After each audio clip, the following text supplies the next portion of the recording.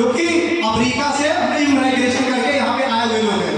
बांग्लादेश, श्रीलंका, अफगानिस्तान, इतिहास बताया जाता है कि औरंगजेब के शासनकाल में जितना बड़ा अखंड मारेंगे देश कभी आगे नहीं बढ़ पाएगा।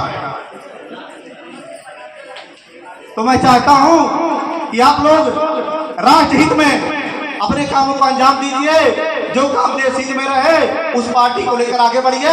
इसी को अभिनंदन करता हूं और इस प्रदेश के प्रदेश संयुक्त सचिव ब्रजेश यादव जी का बहुत बहुत स्वागत अभिनंदन करता हूं और यहाँ के भीम आर्मी मंडल अध्यक्ष बड़े भाई विभान गौर जी का भी बहुत बहुत स्वागत अभिनंदन करता हूं। और साथियों, बहुजन समाज के लिए जब मान्यवर साहब अपना घर छोड़े थे 24 पन्नों का शपथ पत्र लिखकर अपने घर भिजवाए थे। 24 पन्नों का शपथ पत्र, उनमें से कुछ जैसे और लोगों के महल खड़े हो गए हैं वैसे आप लोगों के महल क्यों नहीं खड़े हो पाए? ये बहुत चिंता करने की आवश्यकता है कि आज माननीय काशीराम साहब की जयंती है और इस जयंती पे हम सबको यहाँ से पढ़ लेकर जाना है कि जो मानव सही से भोजन नहीं, सही से मतलब क्या है कि समुचित भोजन, पौष्टिक भोजन। देश आजाद जब हुआ था और जब इस देश में संविधान बना था तो संविधान में हक और अधिकार दिए गए थे। यहाँ के प्रत्येक नागरिकों को देखने की जिम्मेदारी यहाँ की सरकार की होगी। अगर 10 रुपया आएगा तो 2 रुपया दलित को मिलना चाहिए, 2 रुपया पिछड़े को भी मिलना चाहिए, 2 रुपया मुसलमानों को भी मिलना चाहिए, 2 रुपया अल्पसंख्यकों को भी मिलना चाहिए और 2 रुपया सवर्णों को भी मिलना चाहिए। लेकिन क्या हुआ, उस 10 रुपये में 8 रुपया उधर चला गया और 2 रुपये दलित पिछड़े और मुसलमानों में बांट दिया गया।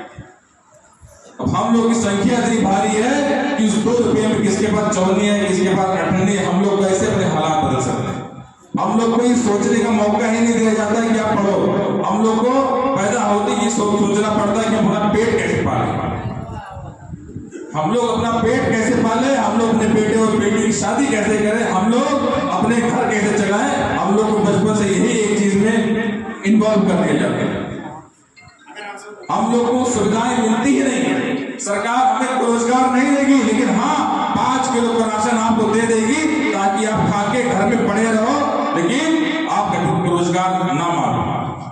अरे 5 किलो राशन से अच्छा आप हमें कोई जमीन दे दो जिस जमीन पे हम खेती करके अपने लिए पेट पाल सके, सम्मान और स्वाभिमान के साथ रह सके। उस 5 किलो राशन का क्या मतलब?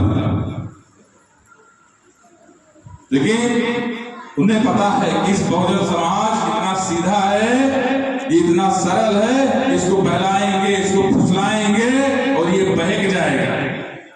जिस वक्त माननीय काशीराम साहब अपने शुरुआती दौर में जब उन्होंने अपनी नौकरी छोड़ी और इस सामाजिक संघर्ष को स्वीकार करते हुए अपने लोगों का जीवन काल बदलने के लिए उन्होंने संघर्ष करने का प्रयास किया या आरंभ किया, उस वक्त उनसे किसी ने सवाल किया, मान्यवर साहब आप जिन लोगों की बात कर रहे हो वो लोग तो यही नहीं पता कि सरकार क्या होती है, वो लोग तो पुलिस की वर्दी देखकर घरों में दुबक जाते हैं, वो लोग मंत्री और लाल बत्ती गाड़ी के हॉर्न सुनते तो अपने घरों के दरवाजे बंद कर लेते हैं, वो लोग जिनके पास तो खाना नहीं वो अपना खाने के जुगाड़ करेंगे कि आपकी बातों को सुनेंगे, वो लोग अलग अलग धर्म और जातियों में बटे पड़े हैं, आप कैसे उन्हें सुधार करें?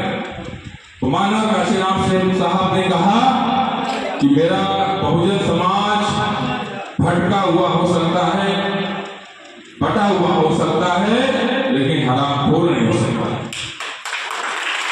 ये समाज मेरा मेहनत कश है। काशीराम साहब अमर रहे, माननीय काशीराम साहब अमर रहे, माननीय काशीराम साहब अमर रहे।